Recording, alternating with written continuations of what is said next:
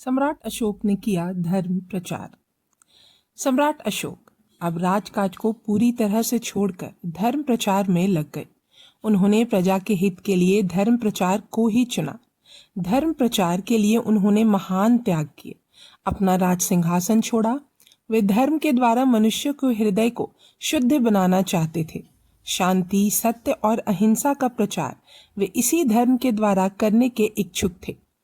उनके विचारों में मनुष्य का चरित्र धर्म को अपना कर ही अच्छा बन सकता था, इसी से सुख मिल सकता है। बौद्ध विहार में रहकर अशोक ने धर्म प्रचार के लिए अथक परिश्रम किए।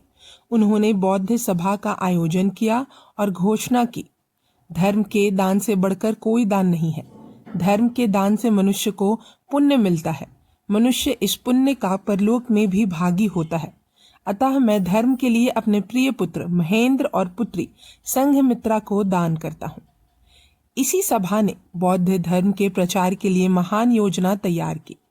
बौद्ध धर्म के प्रचार के लिए सभा की संपत्ति से अशोक ने सभी देशों में भिक्षुओं को भेजा। कश्मीर और गांधार में भिक्षु मन्नतिज्ञ गए। भिक्षु मन्नजिज्ञ ने वहां के राजा और प्रजा को धर्म के सिद्धांत समझाए। राजा और प्रजा दोनों ही भिक्षु मन्नतिज्ञ के उपदेशों को सुनकर मंत्रमुग्ध हो गए। वहां पर 80,000 मनुष्यों ने बौद्ध धर्म को स्वीकार किया। आज भी इन देशों क्षेत्रों के लोगों में बुद्ध धर्म और संघ तीनों के प्रति अपार श्रद्धा दिख पड़ती है। महिषा मंडल मैसूर में भिक्षु महादेव गए। वहां पर उन्होंने अपने प्रभाव से 40,000 मनुष्यों को बौद्ध बनाया। दक्षिण भारत के कर्नाटक क्षेत्र और वनवास में भिक्षु रक्षित गए। इस प्रदेश में उन्होंने बौद्ध धर्म का खूब प्रचार किया। बौद्ध भिक्षुओं के रहने के लिए 5,000 विहार बनवाए। 60,000 मनुष्यों को बौद्ध बनाया। महाराष्ट्र प्रदेश में आचार्य महाधर्म रक्षित गए। उन्होंने वहां की प्रजा में सत्य, शांति और अहिंसा का प्रचार किया। 84,000 मनुष्यों को बौद्ध बनाया।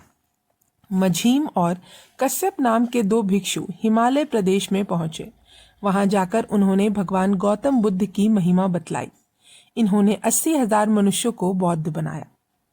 सुवर्ण भूमि में सोन और उत्तर नाम के 2 भिक्षु गए। इन्होंने 6 लाख नर नारियों को धर्म की शिक्षा दी। इसके अतिरिक्त यवन देश, कोंकण प्रदेश, चीन और तिब्बत में भी अनेक भिक्षु धर्म प्रचार के लिए भेजे गए। लंका में बौद्ध धर्म के प्रचार के लिए अशोक का बड़ा पुत्र महेंद्र गया। उसके साथ 4 भिक्षु और गए। महेंद्र ने लंका के सम्राट तिष्य को उनके 40,000 साथियों सहित बौद्ध धर्म की दीक्षा दी। लंका की राजकुमारी अनुला भी बौद्ध धर्म ग्रहण करना चाहती थी। उसे बौद्ध धर्म की दीक्षा देने के लिए सम्राट अशोक की पुत्री संघमित्रा लंका आई। वह अपने साथ बोधि वृक्ष की शाखा भी ले गई थी। वहां उसी पीपल के पेड़ की शाखा थी जिसकी छाया में बैठकर भगवान गौतम बुद्ध को ज्ञान प्राप्त हुआ था। इस बोधि वृक्ष की शाखा को सम्राट ने काटा था। वे इसे बौद्ध गया से पाटलिपुत्र तक अपने सिर पर रखकर लाए थे। संघमित्रा के लंका जाते समय उन्होंने गंगा के जल में खड़े होकर वहां शाखा जहाज पर रखी। जब तक उन्हें यह जहाज जाता दिखाई पड़ा तब तक सम्राट अशोक जल में खड़े उसे भक्ति भाव से देखते रहे। संघमित्रा अन्य बौद्ध भिक्षुओं के साथ समुद्र मार्ग से जहाज द्वारा लंका पहुंची। लंका में पहुंचते ही उसका महान स्वागत किया गया। लंका की राजकुमारी अनुला बंदरगाह पर संघमित्रा को लेने पहुंची। बोधि वृक्ष की शाखा लंका द्वीप पर अनुराधापुर के महावीर में रोपी गई। सारे द्वीप में आनंद और उल्लास की लहर दौड़ गई। इस खुशी में अनेक दिनों तक सारे द्वीप में उत्सवों और धार्मिक कार्यों की धूम रही। संघमित्रा ने लंका की राजकुमारी अनुला को बौद्ध धर्म की दीक्षा दी। अनुला ने अपने 500 सखियों के साथ बौद्ध धर्म ग्रहण किया। वह बौद्ध संघ की प्रमुख भिक्षुणी बन गई। बोधि वृक्ष की शाखा आज भी लंका में लहलहा रही है।